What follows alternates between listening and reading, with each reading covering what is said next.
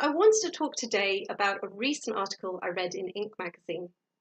And they talk about one of the best investments you can make in your business or career is to develop your public speaking skills.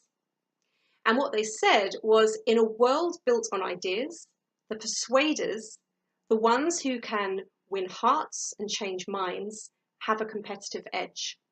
So your communication skills become absolutely critical. And of course, your voice plays a huge role in that too. Public speaking, of course, requires multiple skills. And when you watch really, really skilled speakers, they are captivating and compelling to watch, and you're drawn in and you want to listen to them. But the one area I think really gets missed off in public speaking training and workshops is around tone of voice and how to develop your voice.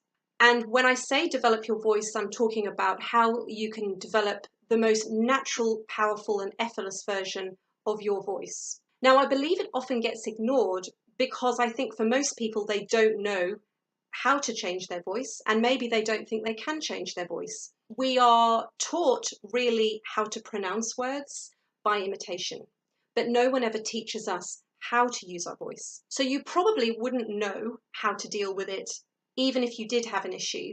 And so it could be something like you have a weak or quiet voice, you struggle to project, you don't feel you can get that sort of impact and that expression in your voice, or maybe you just struggle with articulation. Perhaps English is your second language. So these are things that are very hard to work on your own and to change in yourself. But as we know, tone of voice has the power to completely change the meaning of what you're saying.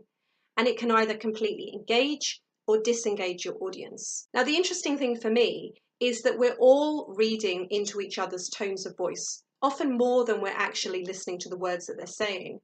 Yet in ourselves, we don't give it the same attention when we are delivering a speech or a presentation. So I'm going to be in London in May and June this year, running a series of workshops, and I'm running them for entrepreneurial-minded women, creative women with big dreams.